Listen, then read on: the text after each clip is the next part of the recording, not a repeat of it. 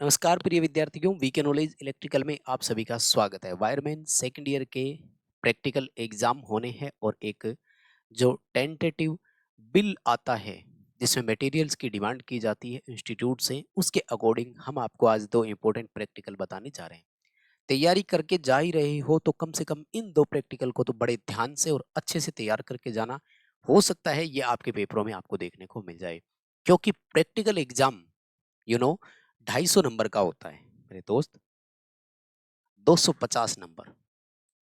तो आपका जो आईटीआई में परसेंटेज बनती है उसमें इसका बहुत रोल होता है, इसलिए पूरा देखना। चैनल से पहली बार जुड़े हैं तो सब्सक्राइब कर लीजिए। हम इसी तरह का कंटेंट प्रोवाइड आपको इस चैनल पर करा रहे हैं। आपके सीबीटी एग्जाम की क्लासेस भी वीडियोस आपको मिल जाएंगे, तो आप चैनल से जुड़ जाइए। वीडियो अपने दोस्तों तक पहुंचा दीजिएगा। टेंटेटिव जो बिल आया है उसकी मैं बात कर रहा हूँ। किसके लिए है? वायरमैन सेकेंड ईयर वालों के लिए है ये, ठीक है ना। इंपॉर्टेंट है, देख लीजिएगा। टेंटेटिव जो बिल आया है उसमें मैं आपको बताऊं तो एक इंपॉर्टेंट प्रैक्टिकल आपका बन रहा है कि आपसे मांगा गया है डीसी की कंपाउंड मोटर और 4 पॉइंट स्टार्टर। तो यहां से अपना एक प्रैक्टिकल बन रहा है, ध्यान से देखिएगा। DC compound motor plus 4 point starter. अपने डीसी में स्टार्टर 3 तरह के होते हैं, याद ही है ना आपको। तो यही सबसे इंपॉर्टेंट बनेगा और इसको पढ़ लीजिएगा। अब 4 पॉइंट स्टार्टर का अच्छे से डायग्राम बना लो, क्यूमुलेटिव कंपाउंड मोटर के साथ जोड़ करके दिखा दो।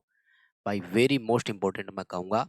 और अगर आपको मैं जल्दी में थोड़ा ऐसे रफली डायग्राम बनाकर दिखाऊं तो ऐसे दिखाना प्लीज आप, है ना। यहाँ पे सारा खेल डायग्राम का ही है मेरे दोस्त, सारा खेल डायग्राम का है। एक यहाँ पर आपको कार्बन रोड दिखानी है, ध्यान रखना कार्बन रोड पहले स्टड से नहीं आनी चाहिए।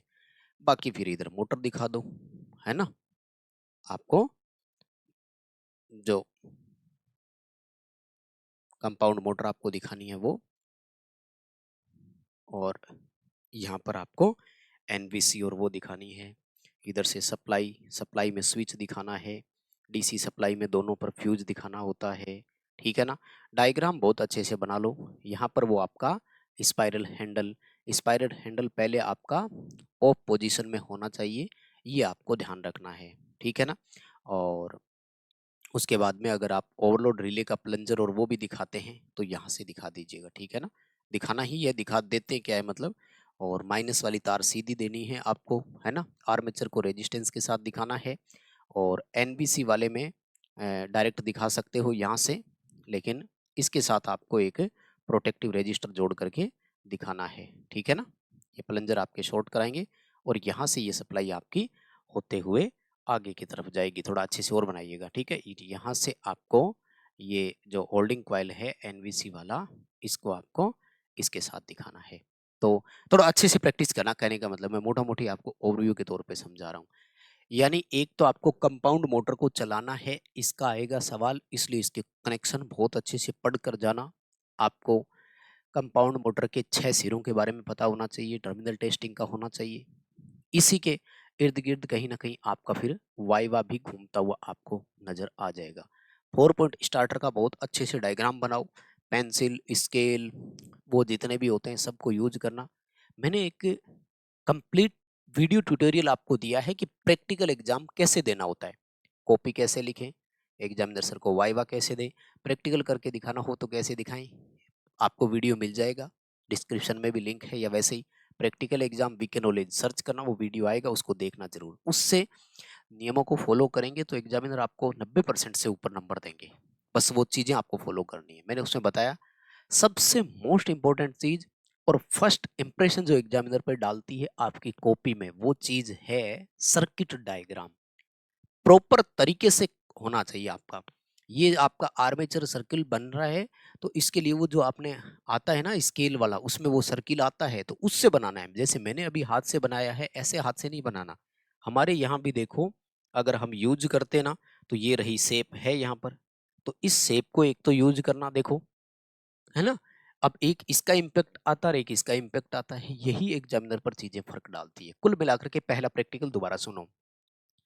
4 पॉइंट स्टार्टर के साथ क्यूमुलेटिव कंपाउंड मोटर चलाने को देंगे, डिफरेंशियल नहीं देंगे। कंपाउंड मोटर लिखा है लेकिन क्यूमुलेटिव ही देंगे, क्योंकि वो ज्यादा इजी और ऑपरेट करना मतलब पॉसिबल होता है। डिफरेंशियल कंपाउंड मोटर का पता नहीं कि स्पीड का क्या होगा। सो इस एक प्रैक्टिकल को आप कर लीजिए तैयार। आई होप कि आपका ये वाला प्रैक्टिकल आपको पेपर में देखने को मिल जाए। सेकंड जो इंपॉर्टेंट चीज है वो है सिंगल फेज ट्रांसफॉर्मर भाई। तो सिंगल फेज ट्रांसफार्मर का इंपॉर्टेंट क्वेश्चन क्या बनेगा फिर मैं आपको बताऊं। इसकी दो तीन चीजें बनेगी। फिर इसमें से क्या क्या पूछेगा आपसे।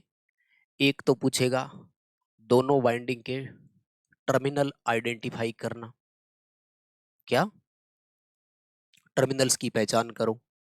तो ध्यान रखना आपको कंटिन्यूटी लेनी है और comparatively low resistance, low voltage वाली वाइंडिंग का लो रेजिस्टेंस होता है, यानी एचवी और एलवी, हाई वोल्टेज और लो वोल्टेज वाइंडिंग आपको पहचाननी है। तो इसके लिए रेजिस्टेंस मेजर करके हम लोग बता सकते हैं। मतलब आपने क्या करना है, वाइंडिंग की टर्मिनल पहचान करने से पहले कंटिन्यूटी लेनी होती है। ट्रांसफार्मर की ये मान लो कि वाइंडिंग है, ठीक है ना। तो ये चार टर्मिनल बाहर आ रहे हैं, आपको मल्टीमीटर को कंटिन्यूटी रेंज पे सिलेक्ट करना है।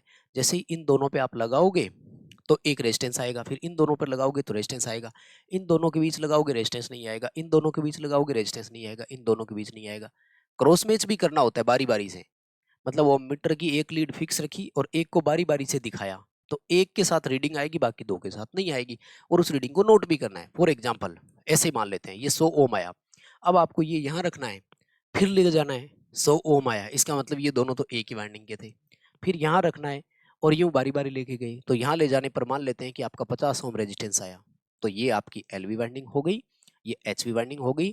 ट्रांसफार्मर में अगर यहाँ आप प्राइमरी देते हो, यहाँ सेकेंडरी मानते हो, तो ये स्टेप डाउन ट्रांसफार्मर बन गया और रेशियो हो गया इसका 0.5। ऐसे आपको मतलब रेशियो निकालना है, यानी 1/2 के हिसाब से हो गया। तो एक प्रैक्टिकल इसमें से एक दो तीन बनेंगे इसी में से, क्योंकि ये बड़ा प्रैक्टिकल आएगा, 100 नंबर के आसपास हो सकता है। टर्मिनल आइडेंटिफाई करवाएगा, उसके बाद में वोल्टेज रेशियो के बारे में पूछेगा कि इसका रेशियो बताइए।